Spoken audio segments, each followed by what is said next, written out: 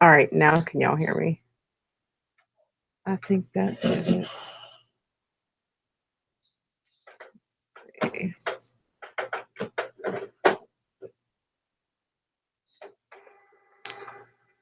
Yeah, it looks to me like I'm on there. I'm trying to confirm it.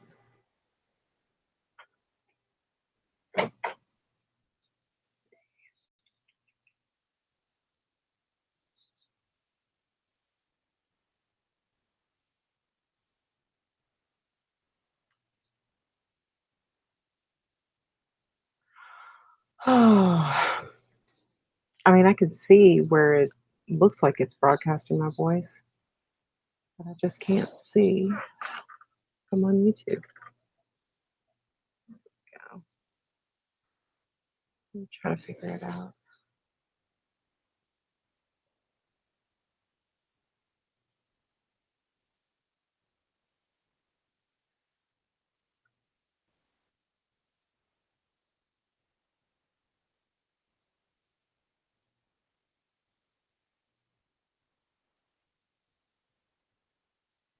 Oh.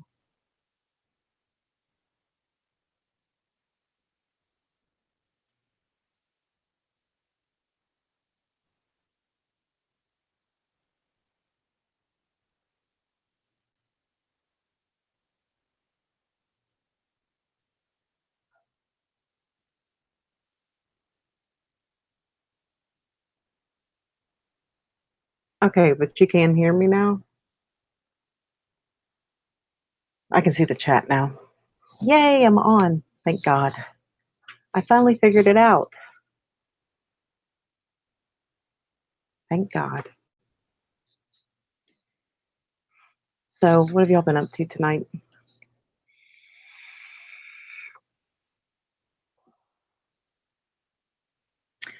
I'll tell you this, guys, like all day long, um, I've been getting like repeating messages, and it's about this book, and the book is called The Power of Now.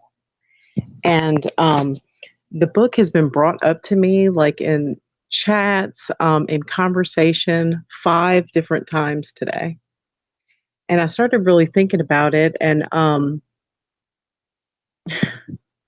it's a book that, like, when I first went to prison and I was found guilty at trial, they transported me back.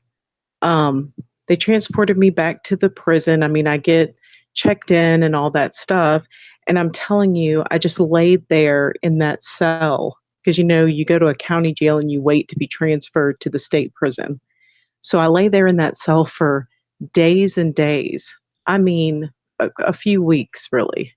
And I mean, I wouldn't hardly eat. I hardly drank anything. My goal was just to kind of starve myself to death. I was very desperate. Um, I was very upset. I mean, I thought my life was over. They told me I was like sentenced to 10 years. And I didn't understand that I would only serve like 25% of that time. I thought I was going to be in there literally for 10 years. I didn't know. Nobody tells you anything when you're in that situation.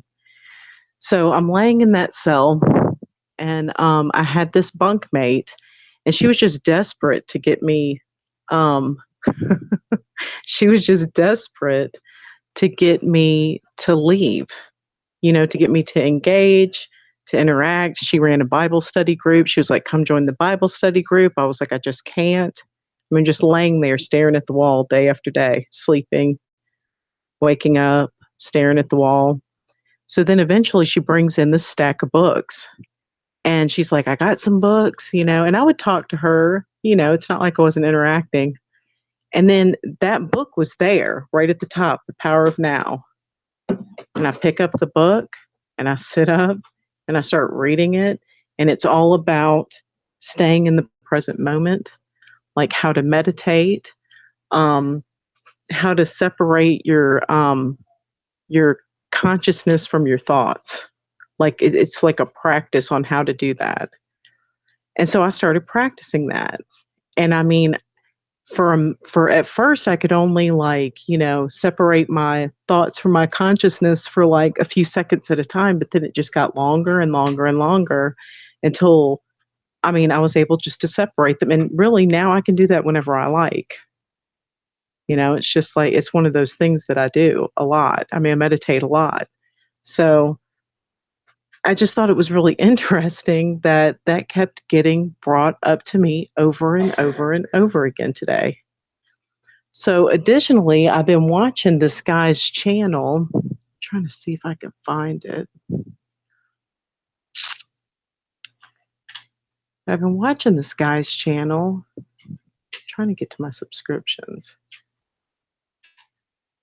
And it was mentioned in that broadcast. Let's see if I can find this guy anywhere. I was just watching him earlier. SMQAI, that's the name of the channel. So, and he just does like, broadcast and, sometimes he has this girl on, sometimes he doesn't. And, they just talk back and forth about the Mandela effect and, and he poses the question basically, is it watching you?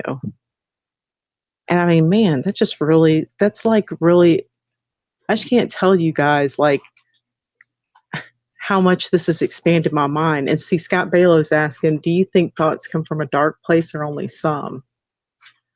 I think, I think that, it's my personal belief that like demons whisper into your ear to try to change your reality.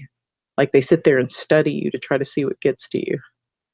And I believe there's an evil system at play here. But I also started to really think about what this guy was saying. He talks about all these different writers and observing your environment. And I've been able to see like a pattern like to my life for a while now, for years and years.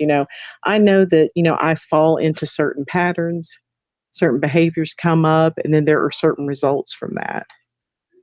And I think I started to realize maybe the Mandela effect is our creator trying to correct the situation here.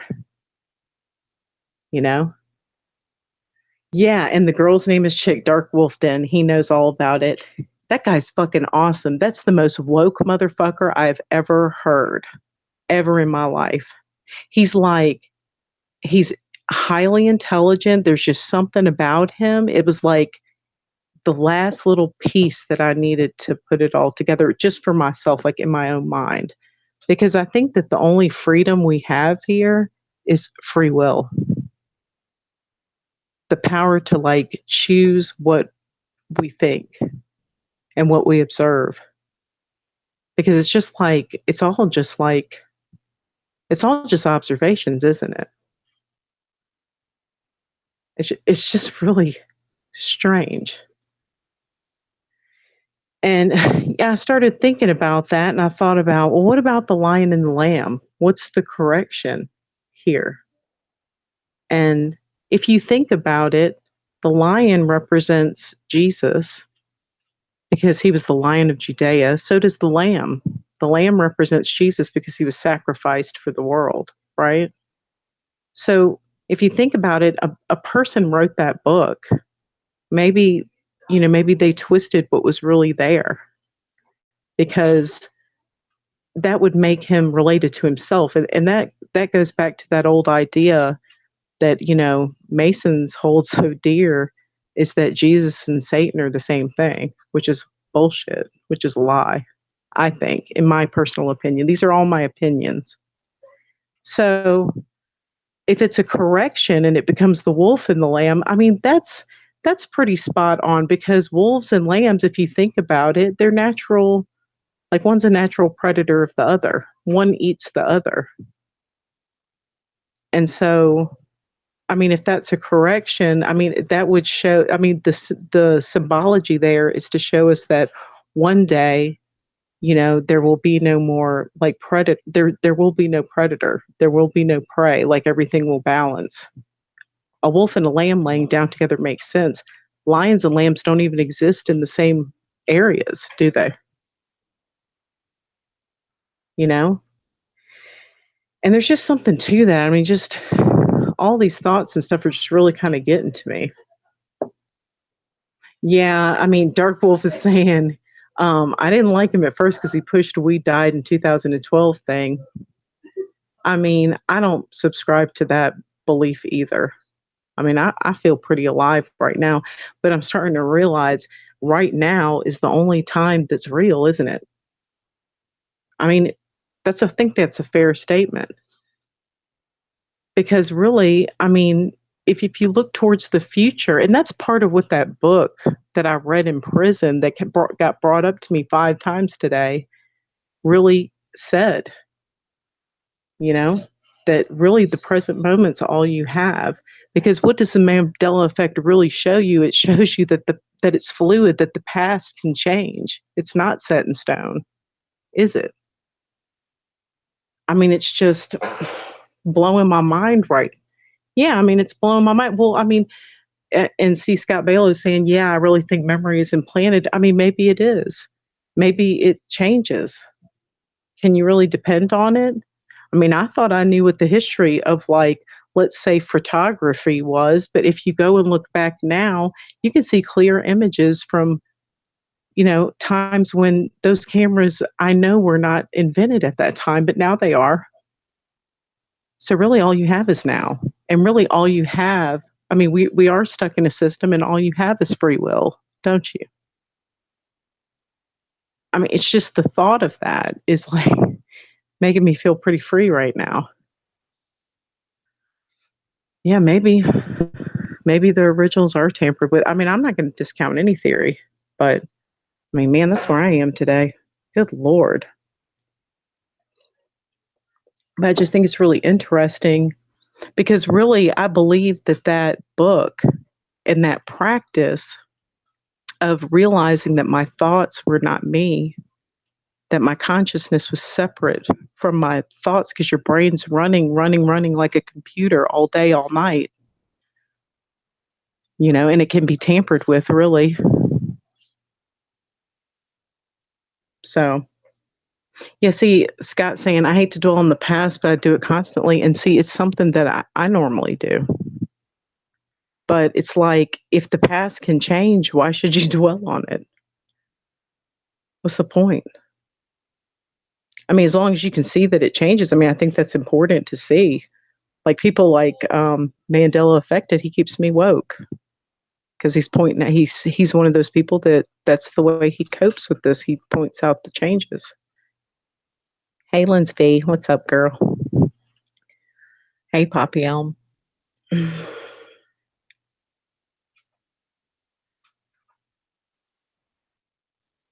Yeah.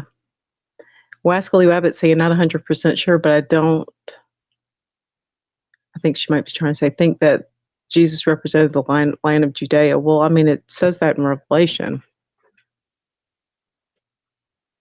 I'm just saying, if the lion's laying down with the lamb, I mean, a lion, I'm not saying in that instance, but I'm just saying a lion in general, he was called the Lion of Judea. That's what the Messiah will be.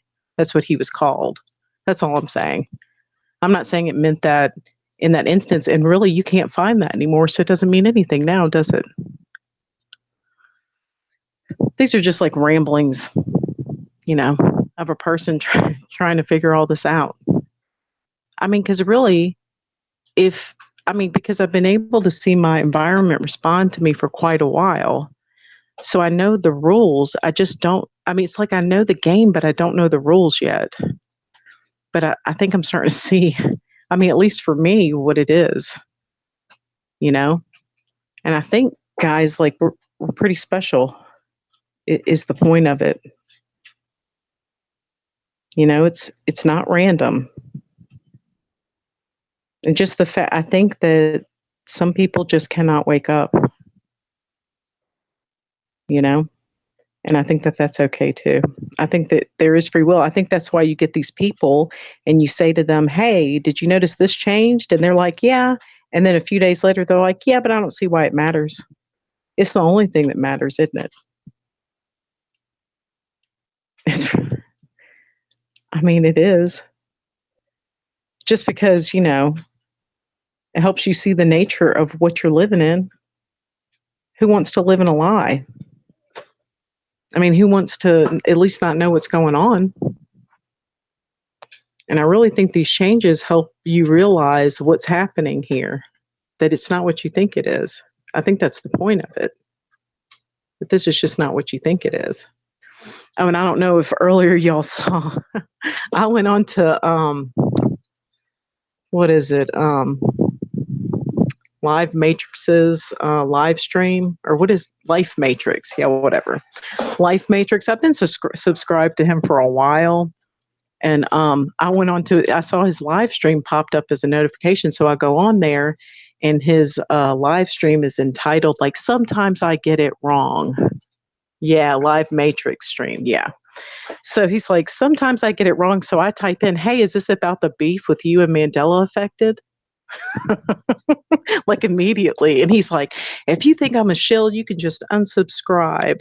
And I was like, I don't think you're a shill. I mean, I never said that. I mean, I don't think he's right for what he did, but who am I to judge? I do a lot of wrong in my life. But it was pretty funny. Like, he sat there and straight up admitted he might have been wrong about the Woody Harrelson thing. So obviously he watched MA's stream, or somebody told him about it. So I thought that was funny that he decided to go live and respond to that. And he admitted he was wrong. I mean, I think shills are technically people who are paid to, to spread disinformation, but I don't know if he's that. I mean, I don't know. I'm not in his bank account. But it was funny. Yeah, and it was funny. Scott Bailo was like clearly defensive out of the gate. And because I was just like trying to come from a space of like peace, like, hey, look, I was like, I don't, I don't have an issue with you. I mean, because I don't. He hasn't done that to me personally. I mean, I don't think it's a great thing to do, to sit there and go on people's channels and make terrible comments. But I mean, that's just my opinion. But I think like his ego got to him. I don't know. But I mean, he seems like a pretty decent guy or whatever. And I just hate seeing people fight. So I thought it was nice he admitted he was wrong. Maybe they can lay their differences aside. Who knows? Or maybe he'll stop doing that.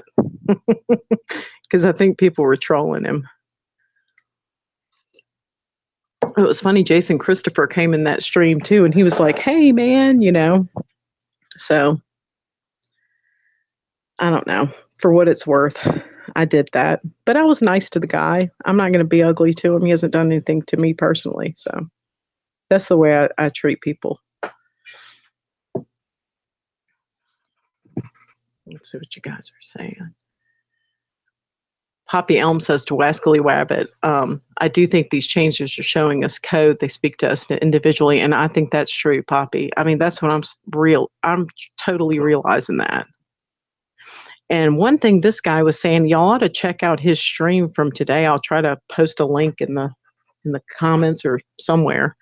But his stream from today, he was talking about an exercise where, like, you start to read something, and at the moment you get interrupted, you try to note that moment. And I mean, I just thought that, I was like, man, my mind was blown. That guy has really helped me put some pieces together. And that's what I think is important. Like, by us all communicating, because really that's the only reason we can even see this, right? Is because we can all communicate. It's crazy. Yeah. Poppy says, I don't like division, and I don't either. I don't like seeing people like be unkind to one another. Like, I feel like he was being unkind to MA, and I don't like that, because I think MA has helped me out a lot to see, just to help me see, but a lot of different channels do too, and then some of these personal interactions has really helped me a lot. Because for a long time, for a while, man, I freaked out about this stuff and had like a breakdown. Like back in probably 2014, I had a breakdown over it. because I just didn't understand. I mean, I thought the world was coming to an end. We're going to implode on ourselves. And I realized that's really not going to happen, at least not yet. Hey, Corey Jade. So beautiful. How was the doctor's visit?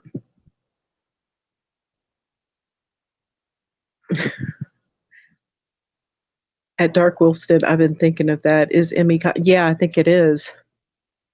It is. It's got a consciousness to it, and I've been saying that I think this has been going on since the beginning. I think it's always been this way, but the only reason that it's a problem or that people find issue with it is because we can observe it. I don't think there was any way to observe it before. You know? Yeah, I don't think it's ever going to end, and I don't think there's any beginning or any end to it, really. And I think it's just I think it's fine, you know? I think it's gonna be okay. I think it not only do I think it won't end, I don't think I think it's just always been. But I think, there's come a time where some corrections have been made, you know? At least for me, that's what I see. Just because we can't all observe it. And further, I was thinking, like, maybe that's why there's always the rise and fall of societies. I mean, maybe it does get to some point where people can see and then then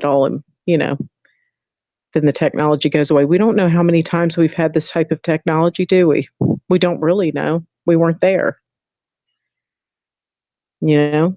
They're coming out every day suggesting, oh, maybe we had nuclear wars back, thousands of years ago. I mean, maybe we did. I don't know. I wasn't there. All I know is what I can observe right now. And see, Corey Jade's saying, I said in my video, is this it for us? Then what's next? I think what's next is to get out of here, to realize that you are a prisoner, and the only freedom you have is your free will in your own mind and your own discernment. And we've been given a big gift to be able to see this for what it is. I just really think that. At least that's what brings me comfort, you know? And that's the thing. I mean, as the things swirl up and change and it ramps up, I mean, yeah, some stuff's upsetting. Seeing shit disappear is upsetting, like especially when it's in your life, but I keep thinking about that street that I know of that I know is shorter now. I know that especially this one area of it where there was like a hill, there was a group of like trailers it looked like a family lived on one piece of land and it's just straight up gone. And I was very distressed thinking what happened to those people. It really bothered me. But maybe they weren't real. Maybe it was a correction. Everybody keeps saying it's shrinking. Maybe it's a correction. I don't know. I mean, it's a thought, it's what I think. I know that I can manifest things, and that's another thing. People are talking a lot about manifestation. Well, what do you do with that power? Do you do it on your own? Do you try to get money? Do you try to get power? Where does that lead? Who are you siding with when you do that? I think those are things we need to think about. Because for me, I realized it's not good to manifest on my own, but the way I do it is through God. I pray about it. I ask him for it. Lindsay's like loops around like a record, baby. I think it will not be relying on the system rather ourselves returning to the traditional ways of living. And I agree with that wholeheartedly. And I just say to you, like, what do you do with it? Like, what do you manifest? Do you go to the Lord? Do you try to live a path of holiness? Do you try to help other people? Do you pray for others? Do you think about others? Because, I mean, in the Bible, it says love your neighbor as yourself, doesn't it? How often do we do that? I mean, we're so narcissistic that we're taking pictures of ourselves with our phones all day. That's what the NPCs do. But they're choosing to live that way, aren't they? Something about it. There's something to it, you know? I mean, I've gotten to the point where I just, and especially I think at my age, I mean, I'm in my 40s. So, you know, I care how I look a bit, of course, but I just don't care like I used to. I think that comes with age, though. I think there's some people that are just like that. But yeah, Poppy's right. We're being drawn together, and I think we will group together. And I know for myself and for my family, I think God has called it upon me to get that piece of land. And I'm not sure why, and I know it's got to have a stream on it. And I mean, we're almost there. It won't be long, you know. But that's the thing. I mean, Scott Balo's saying, I'd like to manifest wealth, but what's your definition of wealth? Is it money so you can buy things you don't need, Or is it, I mean, that's the question. What do you do with it? I grew up with money. I mean, we're well off. But let me tell you what, I moved out the day I turned 18. Because, I mean, really, if you look around and really look at it, in order to have money in this world, you have to have a certain type of personality and certain allegiances. You think people like Donald Trump or people like that aren't in line with all of these societies that follow ancient mystery religions all over the world? What did he have to do to get there? You have to ask yourself that. That's why I can't watch television anymore. I look at those people and I think, what did they have to do to get in the position they're in? And I can't get away from that thought, so I just can't watch it. It's my free will, it's my choice, you know? And that's another thing. I was watching a live stream last night. I can't remember whose it was, but Robert Wood reminded me of something. Oh, it was Patrick's when he was doing the campfire stories. He said, pay attention, guys. This is the oldest form of magic. And I replied, storytelling and plays. And he said, yes, exactly. And that's true. And, why do you think why do you think they have theater? I mean, because when it started, theater was a way to spellcast, you know? When I had a daughter that joined theater, I was very distressed about it. I was like, I really wish you wouldn't do that. But, I let her make her choice because she's her own person. And she found out very quickly that it wasn't the best thing.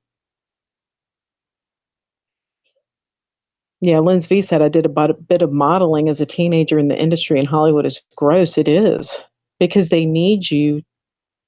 They need you to put certain things into people's minds, because that's the thing, guys. I think that there's a group of people out there, or I don't know what it is, but I think they use television and movies to sway how things are going to go in this place, to get things in your mind, to make things, it's very troubling for me to see shows and stuff on Netflix about cannibalism and stuff. Man, the fuck is that? Starting to put stem cells together to grow meat. I mean, where are the stem cells coming from? You think it's human? It's those kind of questions, and I just think, man, the pioneers had it easy. I mean, all they had to do was worry about where their food was coming from, like and working the land and things like that, just survival. They didn't have all these issues, that we have just because, we're able to sit back and observe. It's almost a problem.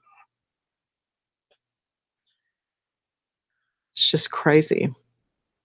Yeah, and Poppy Elm's like, it's called selling your soul for a reason. And that's the thing. I mean, I think, when you try to get money, I mean, there's a certain level of power that comes with that, and it's like, what do you do with it? I mean, can are you really supposed to have that? It's just I don't know, man.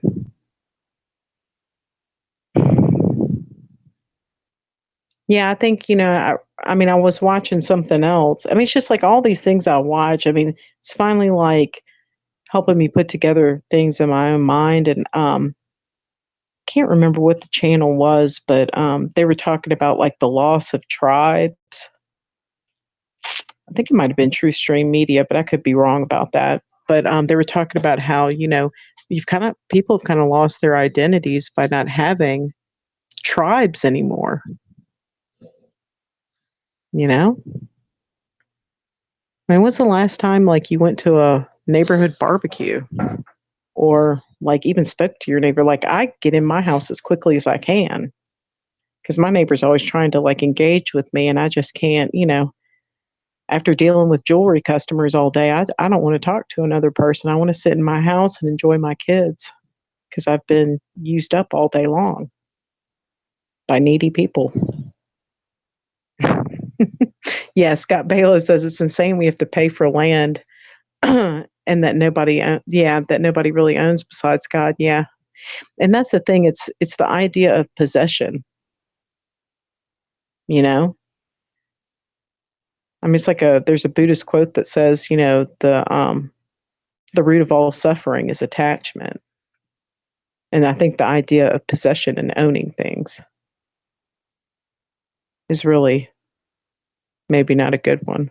And that's the thing, I don't mind to count and share, but I found out one thing I'll say about my prison experience, I found out real quickly that people will mistake your kindness for weakness, you know? And Joe and I have talked a lot about once we have this land, like maybe having a community there, like letting people live there. He's like, you have to ask yourself when it goes down, are the tables going to turn? Because, we went through Katrina. And I'll tell you what, when the electricity goes out, people become animals. They really do.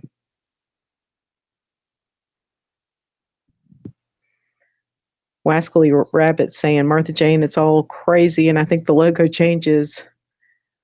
Um, maybe if we're talking about evil stuff, like sigil magic at play. Yeah, I mean, I think they are. I mean, definitely, if you look at them and research the symbolism behind these people, I mean, I think a lot of them are. And I think sometimes we see logo changes because there's something wrong with that company. There's a lot of logo changes to craft.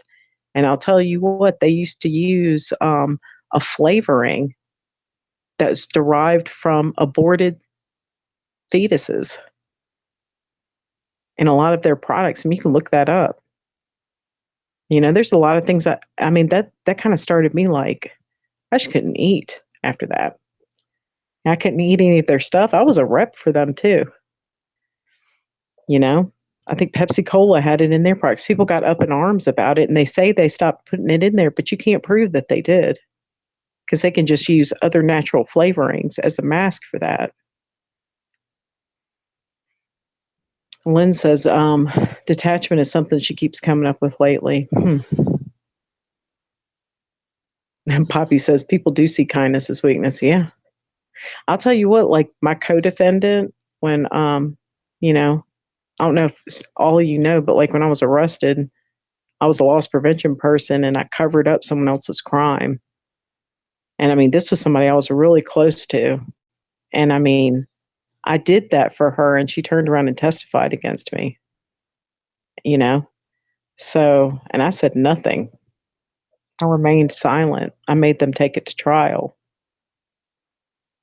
So, I mean, I'm just saying, I mean, what I did was wrong. I shouldn't have done that. I should have just let her go down. I mean, because really, I chose that girl over my own kids, man, which was fucking wrong. I wasn't even looking out for my kids. I went with like, and see, that's the pattern of my life. Like, I'll go with an impulse, I'll be very impulsive, and then it doesn't work out well for me. And what is that trying to tell me? That like being impulsive is not good. So Corey's like, people always perceive my kindness for weakness. Eventually I stopped being nice to people because of that reason. Or most men think of me as nice means I want them. Yeah. And that's the thing. It makes it hard. Scott Bailey wants you to adopt him, Linz. I would adopt you, Scott Bailey. So adorable. Yeah, impulsive always backfires for me, you know? I don't know. But yeah, I've been distressed lately, and I think like today I had a day of rest finally. I've just been working like a crazy person.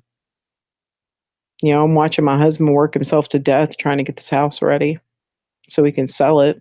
So we're trying to make sure people can get a loan on it, you know? Because the inspectors come through, and if they find anything amiss, then somebody can't get a loan. That's not good. You can't sell it. Lynn says she has issue with being impulsive, and oh my God, she has enough kids. Oh yeah, I see what you're saying, Corey. It's just gross. I mean, men are disgusting. Sorry, guys, but like some of them out there in society, they can be. Like I remember, I had this old disgusting man try to buy me earrings not that long ago.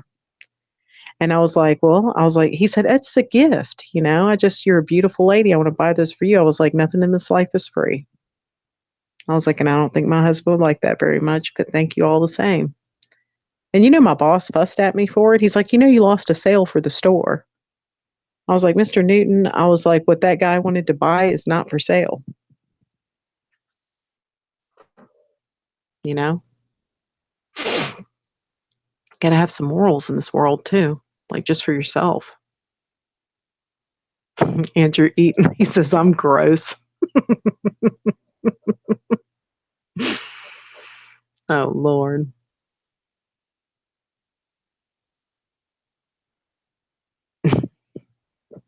Poppy says she got accused of coming on to your kid's coach because you talked to him. Yeah.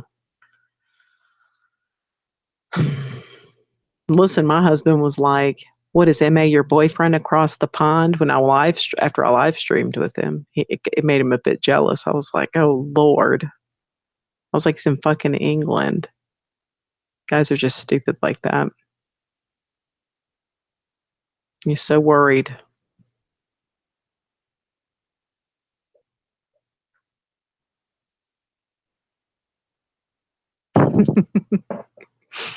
Yeah, Scotty Bailey says, dudes always think that a girl's saying hello means they're interested. That's how we're wired. And I think that's true.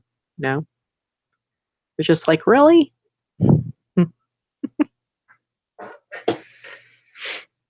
I mean, I can't tell you how many times in my life I've heard, I'll tell a guy, oh, well, thank you, but I'm married. And they're like, so? I'm just like, oh, buddy, you're not seeing the bigger picture here.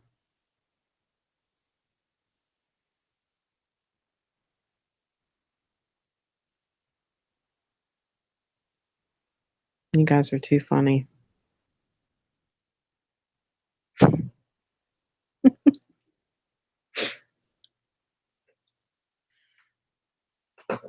Let's see what JW was saying.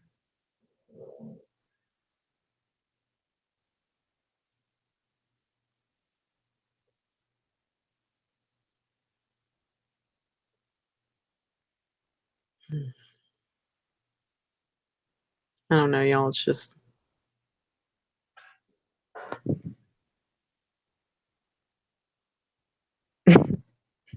Andrew Enos had to explain to my wife that I'm not Corey's type. That's funny.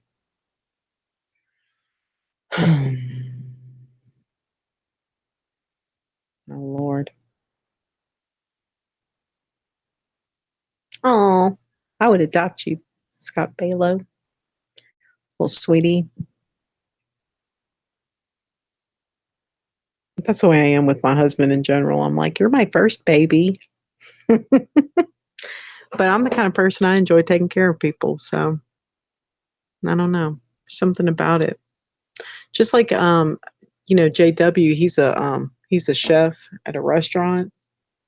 And I mean, I can remember working in catering, and man, I loved that. I loved producing catering because I mean, I felt like there's nothing more holy than feeding someone, you know? There's something to it.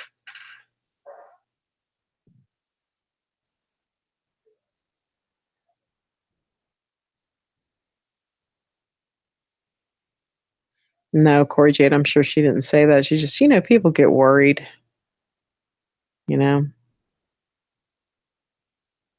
I mean, I'm kind of glad my husband works for UPS because he's around a bunch of sweaty guys all day. And like, there's nobody, around to bother him. Yeah, because I went through a situation with him where he worked at a mental hospital.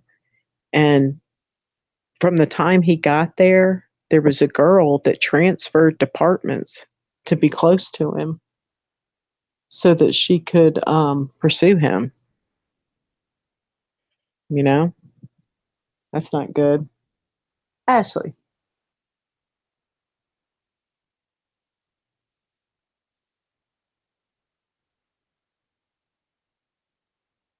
Okay. Sorry, I was talking about my baby, my little girl. Scott Bailow says, same here. I tell my girl all the time she has nothing to worry about. I don't even look at other girls. Well, yeah, I mean, that's the thing. I mean, you live in this system long enough. I mean, just seems like people are so evil and like you just can't trust that people are honest, you know? Like for my husband, um, in particular, the thing about MA that bothers him is that he's not out there with his identity like we are. Because there's many of us that belong to that group. I mean, like if you're like me, I'm in that Facebook group. So I have my real Facebook page attached to that. I'm like an open book. You can see where I work and everything. You can practically work out where I live because I don't have anything to hide.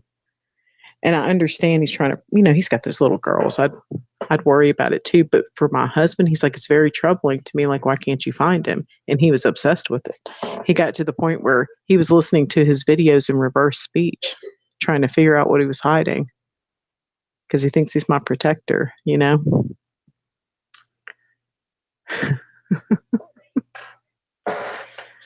So Poppy says her hubby said the same thing. Who is that guy? Yeah.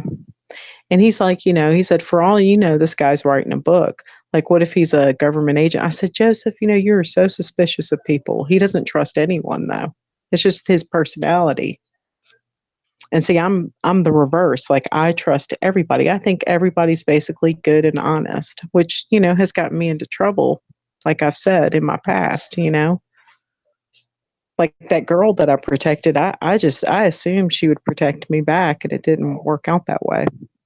She took advantage of me. And really I did her wrong by being impulsive and protecting her. So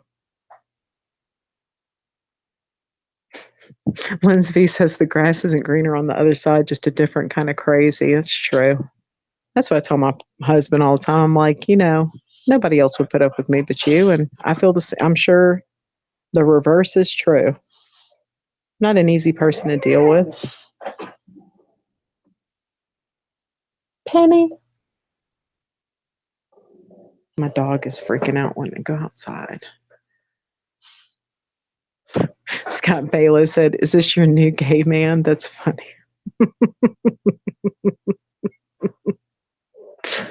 Well, yeah, I think, you hear a lot about like people meeting online and things like that. You just worry, like, I would probably have a problem with my husband, like live streaming, like talking to some girl. You know what I mean? I'd be like, what the fuck's going on with that?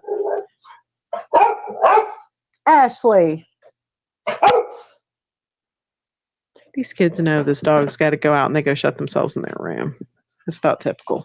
Oh, now I have to walk through my house and Try to figure that out. Come on. Come on, animals. Sorry, y'all. I have to take my dogs out. My dogs are smart, though. When they need something, they just let me know. That's so good babies.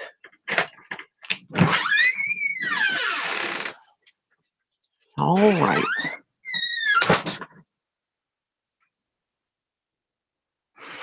Crazy dogs.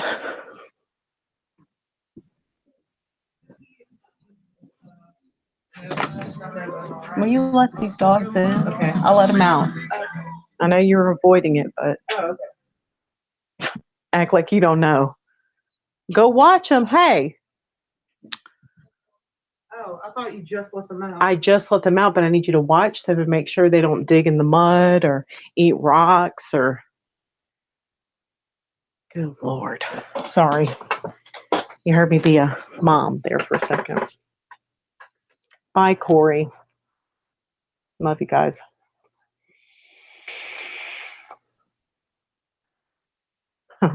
Later, monkey. That's cute.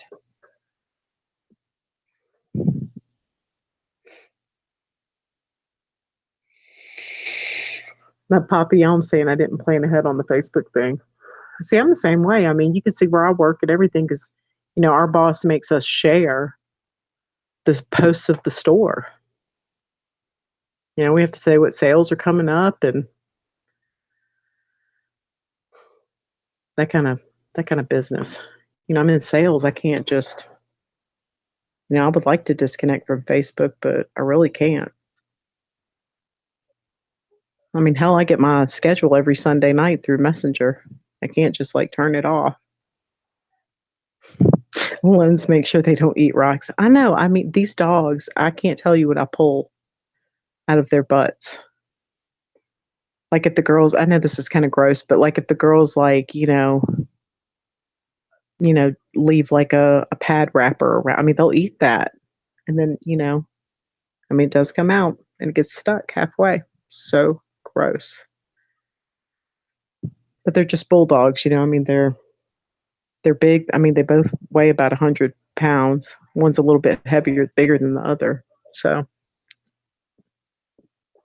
I mean, I don't post my whole life either. But I mean, there's certain things, I mean, you have to kind of maintain it. Yeah, Poppy, how long have you been married?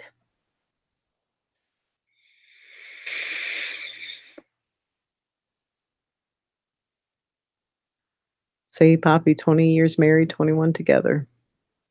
JW said he's had to pull a rope out. I mean, especially hair. I mean, and there's 3 of us in the house, 3 girls that have hair. I mean, it's going to get, gets on the floor. It gets, they go in the bathroom. My younger one will go and try to get into the garbage in the bathroom. They just eat hair. Yeah, rocks and rope. Yeah. It's fun having big dogs.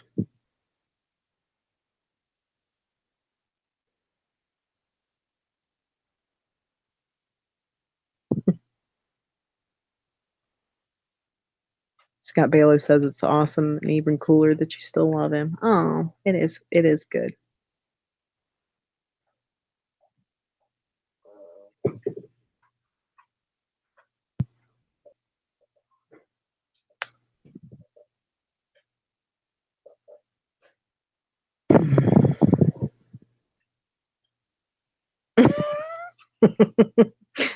Poppy says, my grandma had a dog eat a ball of yarn and said, pull it out gently.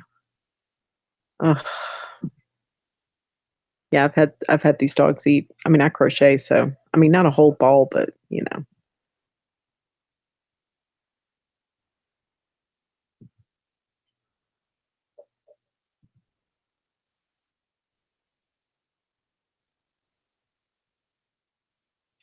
Oh, her dog found a porcupine. Oh,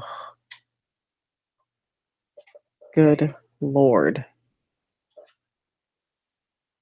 We used to live on 6 acres in Poplarville, Mississippi, and We at that time we had Jack Russell Terriers.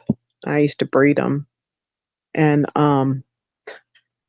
we had one of them get in with a skunk. Like, she just would not leave the skunk den alone. And finally, the mother sprayed her, and that was pretty awful. I never thought she would stop smelling like that. It was just horrible. And then we had to, she had a litter of puppies, and people are coming to the house trying to buy the puppies, and she stunk to high heaven.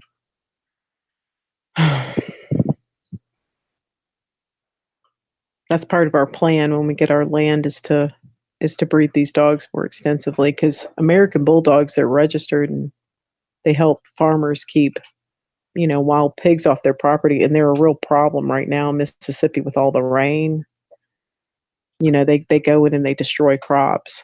So, and these dogs, I mean, they don't kill the pigs, but they keep them away, and if you are hunting them, they will run them down and hold them down for you.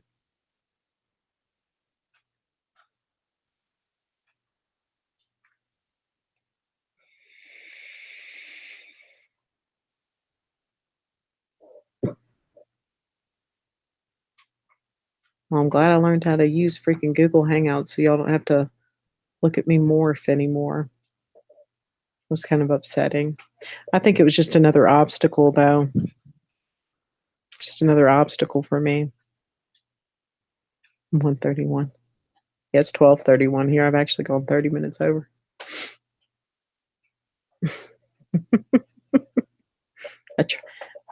Oh my God, that's horrible.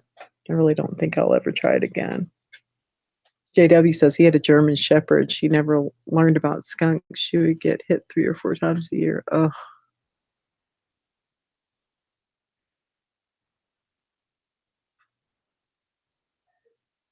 How did the dog fill the condom? I must have missed something.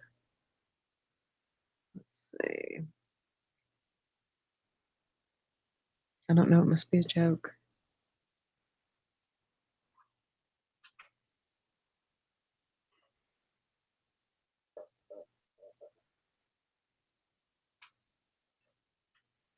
I like synchronicities too, Andrew. It's like it's really like your reality speaking to you. And I'm really thankful that guy helped me see it. JW comment above. Oh, let's see.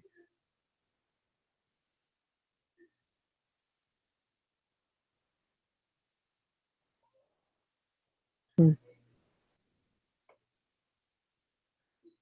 Oh, that's terrible. Poor puppy.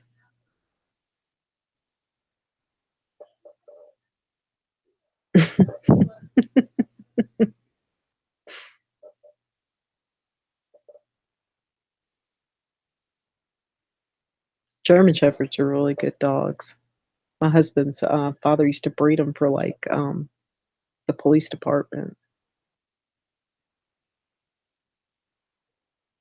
Ugh. Now I'd pay $1 to see that. That's crazy.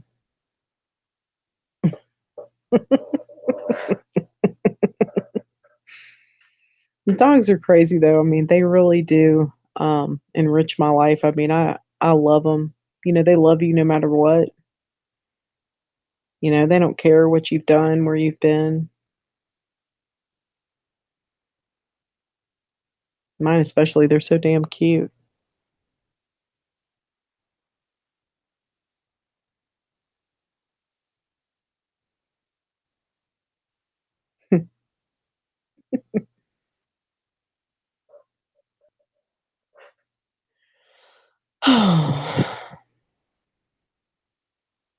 I don't know, it's been a crazy day.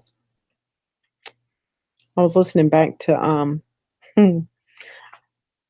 Poppy says, thanks for putting me in a better mood, guys. That's the thing. I mean, I think that I think the message here is that good does win in the end, you know? I mean, there's enough of us to see this, and maybe it's good enough to make this place better. You know, I think that's what you do next. You should always be kind of striving forward, to make your life better, your reality, the people around you. I mean, because otherwise, what's it really for? I mean, the only thing that's really real here is the relationships you have and the connections you make with other people, you know?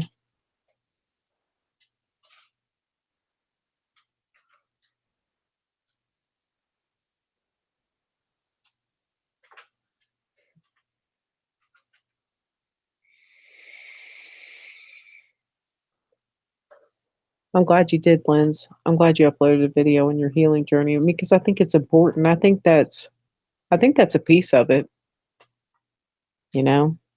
Just like with me, I mean, I was so sick for a long time. I mean, I had my doctor tell me, you need to just be on disability, and I just couldn't do it.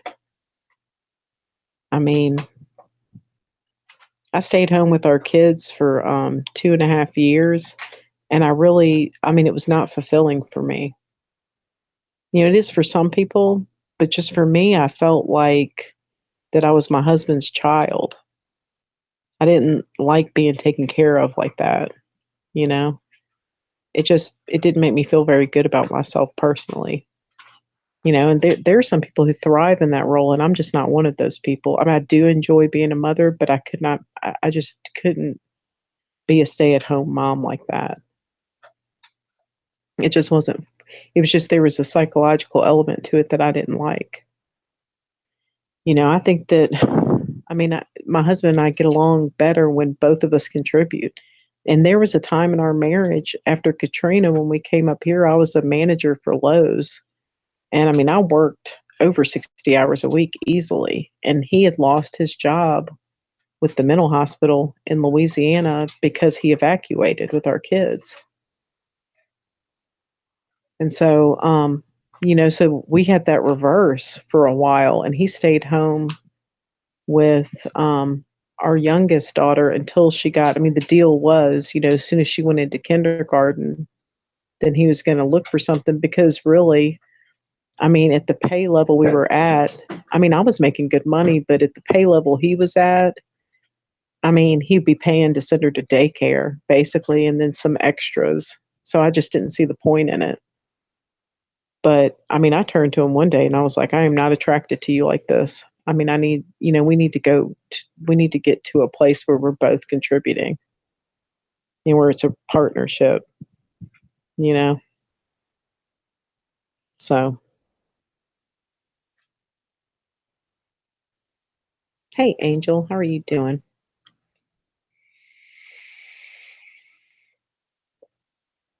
I don't know how they could fire him for it, but they did. He refused to help them evacuate the patients, and so they let him go. They felt like he was abandoning his job. But he was like, my wife has to stay here in Louisiana and I have to evacuate with our children. Like we don't want to stay here. We don't want to both stay. We don't want to put our kids through that. And I'm so glad we did because I could not imagine being in the attic with a 2-year-old and a 3-year-old while the water was rising. And then our neighbors' houses both got trees through them too. That could have been us. We could have died in that. I was stupid for staying. I shouldn't have done that because he didn't know if I was dead or alive for like a week or so. Because all the communications were out. It was rough, and it really did something to me going through that. And then seeing the nature. I think it was important I went through it though, because I mean, you really see people for what they are during times like that. I mean, watching people fist fight over like somebody would load. I was a manager for Lowe's, like I said, so somebody would load up a cart with like sheetrock or whatever. People were fighting over it right at first, and people would fist fight over it in the store, and it was just wild, you know, just how people act when there's lack, when something's happened.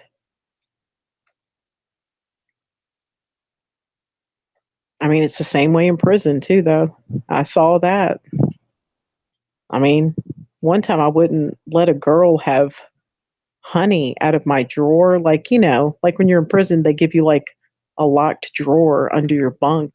That's the only place you have. If you don't have a family that can pay for you to buy a lock off the commissary, you're shit out of luck. And there's some people who don't have anybody helping them. So those people are at the mercy of the wolves in there. So, but my husband was helping me out, of course. And I had some honey in my locker, and this girl wanted some. And I told her, I was like, sorry. I was like, I just wouldn't, because if you start to give in like that, when you're in those situations, when you're institutionalized like that, everybody will come up to you. It's just like it creates an issue.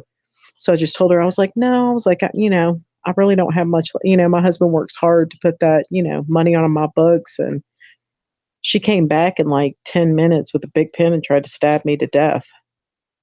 I have scars on my chest from it. But I'll tell you what, I grabbed that pen right back and stabbed her in the neck. I stood up for myself, and, the guards, she's going up to the guard tower. We're both bleeding. And the guards are like, get back in your bunk. They don't care. So people are animals when there's lack, when they don't have what they need. You get desperate. And it's the reality of human life. And I think that's why it's so important for human beings to take care of one another, and give up that idea of possession. It probably wasn't good that I didn't share with that girl, but, it created that situation. But also, what am I supposed to do? Give it all away to the point where I have nothing? It's just, because it gets like that. It's bizarre. I can understand if it's over food, but sheetrock, oh yeah, man. Ooh, because imagine if you go through a storm and you've sat there, you've stayed, the water recedes, there's no electricity. They had like the Red Cross coming around giving people like plate lunches. The army was there. They were giving people like MREs, but that's a desperate situation if you've ever been through like a disaster. You need one human needs like at least a gallon of water every day when you're in the heat like that. And when those things are lacking, people get desperate and they go into survival mode. And so you have people who have sat there and stayed, and they're gutting their houses, trying to get rid of the mold to keep from getting sick. And then, then they feel like, well, I have to rebuild this. And there's a shortage of sheetrock, and, they get emotional because they can't get what they need. It says a lot about humanity in general, though. But it's, I think a lot of, shortages and lack and, people not having enough food to eat is kind of a fake thing in a way. I think there is enough for everybody, but I think that there are people in this world who control the flow of that stuff just because of sheer greed. Because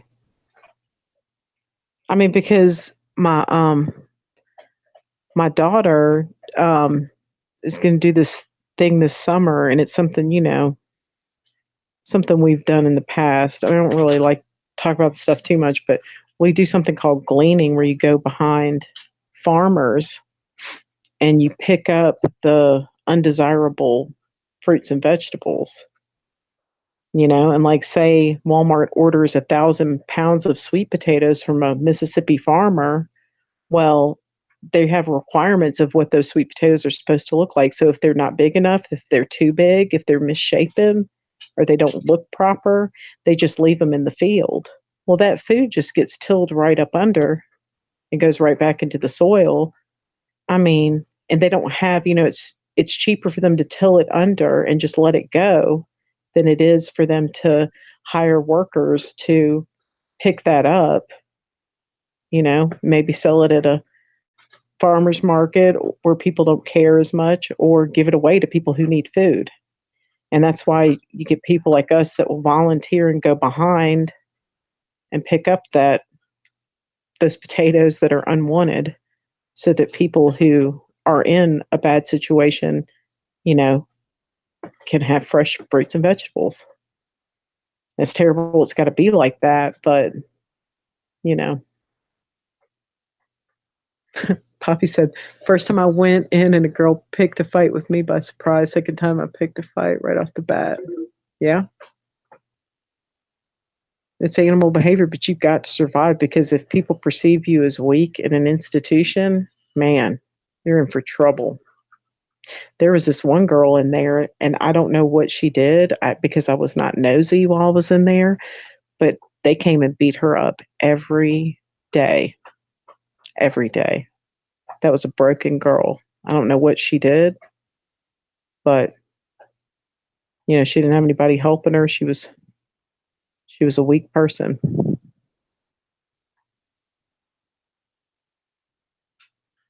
Lynn said, imagine if everyone had backyard gardens and put their extras out to share. I mean, that's what you do. I mean, that's what we're supposed to do. You know, I always have, you know, we always have extra stuff like that. But, I mean, that's the thing. I mean, there's enough food for everyone, you know? There really is. It's just, you know, they've created this situation where, you know, in your mind, they've implanted that things have to look a certain way or it's undesirable to purchase. You know, that's got to be, everything's got to be a certain size and homogeneous, you know, so it's just bullshit.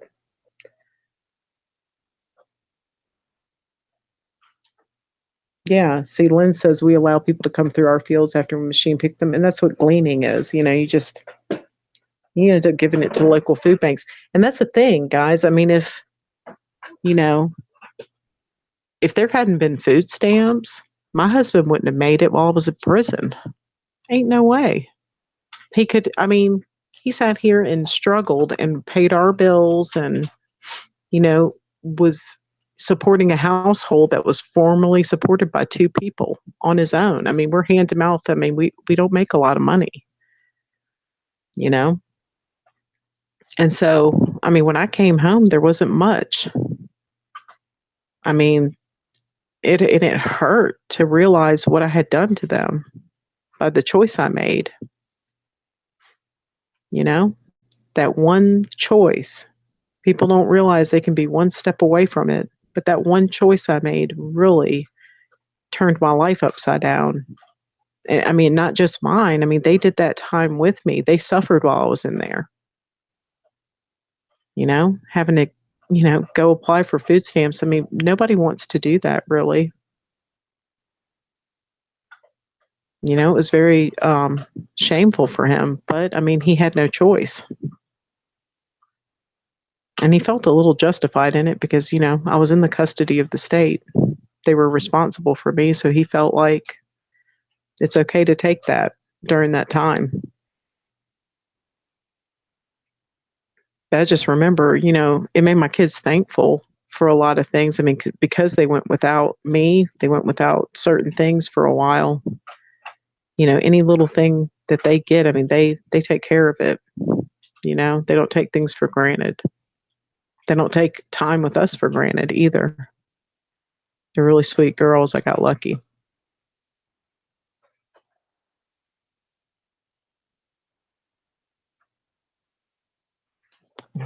Poppy was saying she wasn't going to be a victim. I know she's talking about like a bad experience, but that's the thing.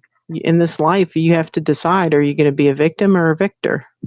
I mean, that's just, there's just no two ways about it. Are you going to exercise your free will, you know, over your thoughts and in your personal actions and, you know, try to serve the betterment of this place and of yourself and of your family? Or are you going to fall right into the system that's in place, you know? Because I'll tell you what, at the end of the day, that money doesn't make you happy. You've traded an element of your freedom for it. I mean, I used to sit there. When I was a manager at Lowe's, I made really good money. I was on salary and all that stuff. We had a lot more. We had a big house in Slidell and all that shit. And I mean, I lost it in the storm. What good did it do me? And then, when I came up here, I was just working my ass off. And I realized one day my kids didn't know me. I mean, I wasn't with them very much. And, I recognized, throwing myself into work and working like that was not good. That I did want to have a relationship with them. That's why I had them. Really, I mean, when you're chasing money, it just, there's no good outcome in it, really.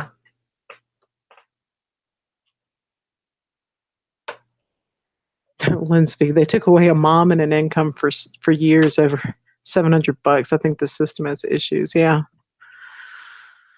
Oh yeah, man. I was in there with and I'm not crybabying about my sentence, but I'm just saying I was in there with people who were in there for attempted murder and they got 5-year sentences and I got a 10-year sentence. But I mean, they felt like I was a loss prevention person. They felt like I had betrayed them. So I understood where they were coming from. Andrew Eaton, I'm not going to be a victim to my thoughts anymore. I'm telling you, I mean, because they might not be you. Your thoughts may not be you is the thing. It could be a demon whispering in your ear. It could be predictive programming from the television that you're watching.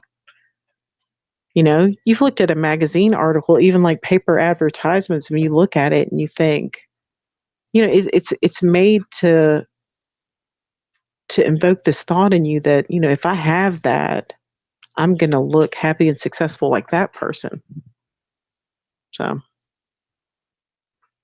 it's cute.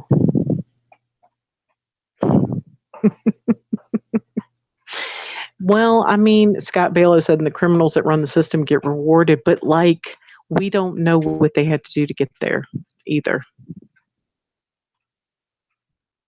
That's the thing. It's a fool's reward. I mean, just think about it. Do you think you could, if you, if you wanted to be a big shot, like a celebrity, do you think you could murder a child to get there? Do you think you could let some man have sex with you, if you're a male, to get there? Or even if you're a female? Would you degrade yourself for it?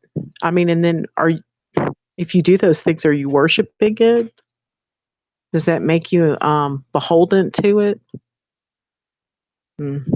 Probably. That's the thing. I mean, are they really rewarded? Maybe it seems that way at first, but I don't think so in the end.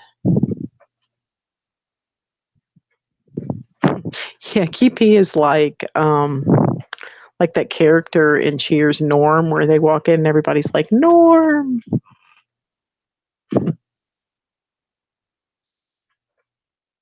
Keepy's awesome.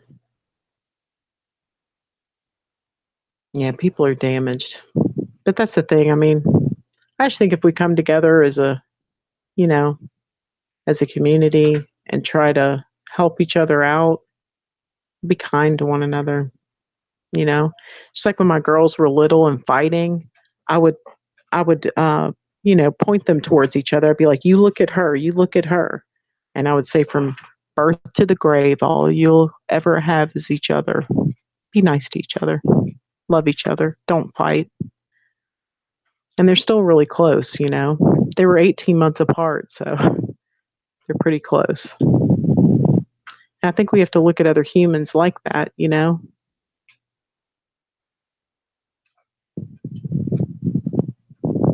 Just try to be kind to each other.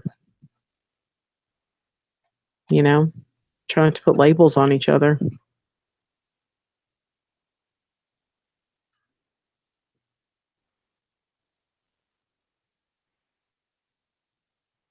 Well, that's the thing, though, Scott Baylor. He said, I don't want any part of that world. I just get sick hearing about really honest, good people like you getting screwed over. I wasn't, I did wrong. I mean, I knew that I was supposed to. I mean, I had a job to do. I should have, went to my boss and said, hey, she took this money. Then in turn, she would have gone to jail. But I didn't do that. I mean, I may have done her a disservice because really, by me doing the wrong thing, I mean, I think it made me a better person in the end. I don't think I'd change it. You know, I wouldn't go back and rewind it. Maybe I wouldn't be awake. I don't know. Maybe I'd still be chasing money. I'm not sure. You know, maybe I'd be focused on the wrong things. And I know the past can change. I know that history can change and things can change, but I wouldn't want to change like that. I don't want to trade what I know now. Yeah, maybe I mean, I was compassionate in the wrong way. You know, it would have been better if I would have let her go through the experience I did and then maybe, you know, put some money on her books or bring her some whites while she was in county jail or, you know, make sure her kids were looked after. I mean, I should have done something more like that along those lines, I think.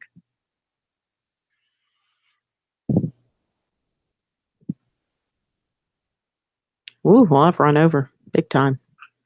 Well, guys, here in the dirty South in Mississippi, it's almost 1 o'clock in the morning, and I gotta be to work for 10 tomorrow. So I love you guys. Linsby says our best lessons are our hardest. Sucky, but I wouldn't change things either. Yeah, and I think that's the point of it. And we can't change it. But, you know, we do have that free will. We just have to remember that. Well, I love you guys. And thanks for listening to me ramble. I appreciate it. Good night, y'all. And hey, Q, thanks for teaching me that I could use Google Hangouts. Y'all are the best.